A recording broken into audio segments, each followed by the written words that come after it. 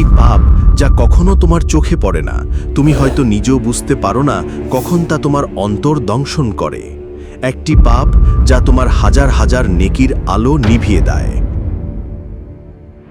যা লুকিয়ে থাকে কিন্তু যার পরিণতি ভয়াবহ। একটি রাত যখন পুরো মহাকাশ নীরব থাকে, শুধু আল্লাহর ডাক শোনা যায়, কে আছো, আমাকে ডেকো, আমি তোমার ডাকে সাড়া দেব। আর চোখের পাপ কিভাবে সে তোমার আত্মাকে দূষিত করে জানো? আজকের এই ডকুমেন্টারিতে আমরা সেই সব অদৃষ্ট গুনাহের রহস্য এবং আল্লাহর রহমতের ডাক শুনব।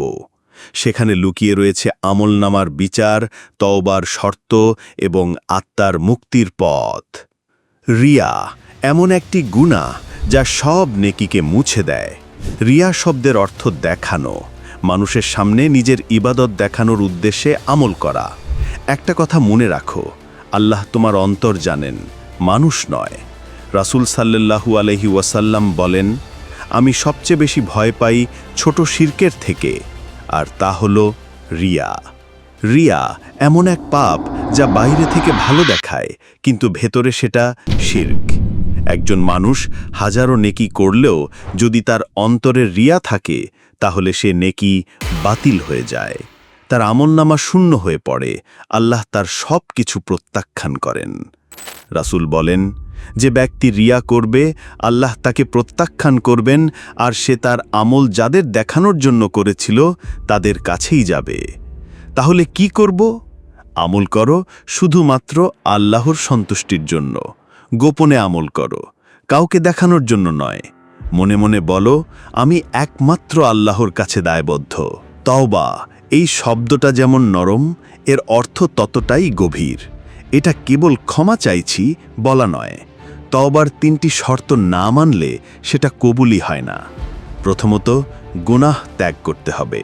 যে পাপ করো তা আর করা যাবে না। একই পাপ বারবার করে তওবা করা, তা আল্লাহর সঙ্গে উপহাস। দ্বিতীয়ত, অন্তরে গভীর অনুতাপ থাকতে হবে। মুখে শুধু দুঃখ প্রকাশ নয়, হৃদয়ে কান্না থাকতে হবে। তৃতীয়ত, ভবিষ্যতে না করার দৃঢ় সংকল্প থাকতে হবে। যদি অন্যের অধিকার লঙ্ঘিত হয়ে থাকে, তবে সেই অধিকার ফেরত দিতে হবে। এই 3টি শর্ত পূরণ হলেই তওবা হয় সত্যিকার, তবেই আল্লাহ তা কবুল করেন। একটি গোপন পাপ যা কখনো মুখে আসে না, তবুও তা তোমার প্রতিটি আমল গিলে খায়।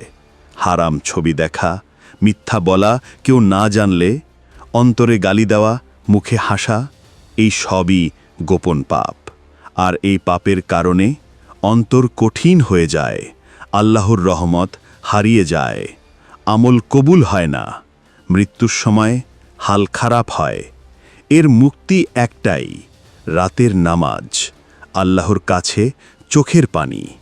তোমার গোপন কান্না সেই তো শুনবেন। রাতের সেই শেষ প্রহর, যখন পৃথিবী ঘুমায়, তখন আকাশ কান পেতে থাকে। আল্লাহ বলেন, কে আছো, আমাকে ডেকো, আমি তোমার ডাকে সাড়া দেব। কে আমার কাছে চাইবে, আমি তাকে দান করব। কে আমার কাছে ক্ষমা চাইবে, আমি তাকে ক্ষমা করব। তোমার একটুখানি কান্না, একটু অনুতাপ, একটু তাহাজ্জুদের নরম নামাজ, এগুলোই হতে পারে চিরস্থায়ী মুক্তির চাবিকাঠি। আর চোখের পাপ যা আত্মাকে গিলে খায়। রাসূল বলেছিলেন, চোখেরও জিনা আছে, যা হারামের দিকে তাকায়, সেটাই চোখের জিনা। এই চোখের পাপ মনকে নাপাক করে তোলে, নামাজে মন বসে না, আর আত্মা দূষিত হয়ে যায়। আল্লাহ বলেন, মুমিন পুরুষরা তাদের দৃষ্টি নামিয়ে রাখবে। এই পবিত্র নির্দেশানি মানলেই তুমি রক্ষা পাবে এমন একটি পাপ থেকে, যা বাইরে নীরব কিন্তু অন্তরে আগুন জ্বালিয়ে দেয়। আজ আমরা জানলাম একটি পাপ যা সব নেকি মুছে দেয়, রিয়া। তওবার 3টি শর্ত, গুনাহ ত্যাগ, অনুতাপ, ভবিষ্যতে না করার প্রতিজ্ঞা। গোপন পাপ যা আমল ধ্বংস করে, রাতের প্রহরে আল্লাহর ডাক যা আমাদের জন্য মুক্তির দরজা খুলে দেয়, চোখের পাপ যা আত্মাকে ঘিরে রাখে শয়তানের ছায়ায়। তাহলে আজই রাতেই আত্মাকে ধুয়ে ফেলো, আল্লাহর সামনে নিজেকে পেশ করো, তওবা করো সত্যিকারভাবে। তোমার আমল সাজাও শুধুমাত্র আল্লাহর সন্তুষ্টির জন্য। তুমি কি কখনো এই বিষয়গুলো নিয়ে ভেবেছিলে? তাহলে কমেন্টে লিখে জানাও তোমার অনুভূতি।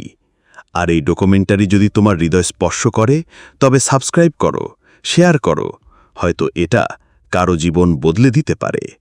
আসসালামু আলাইকুম ওয়া রাহমাতুল্লাহ।